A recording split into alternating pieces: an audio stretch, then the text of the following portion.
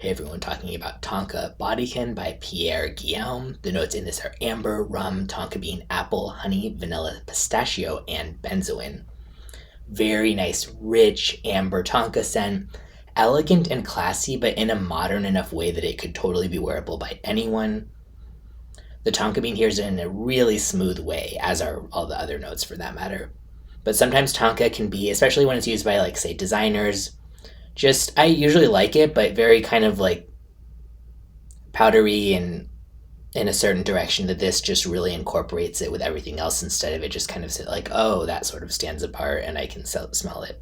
It smells more than the sum of its parts, basically, in terms of this as a whole.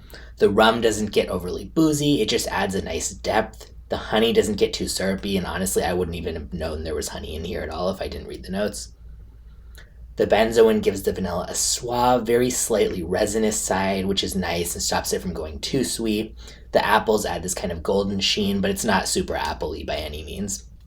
I think anyone who smelled this on you would probably think you smelled nice. Even if this wasn't someone's favorite scent, it's hard for me to imagine someone like outright hating this.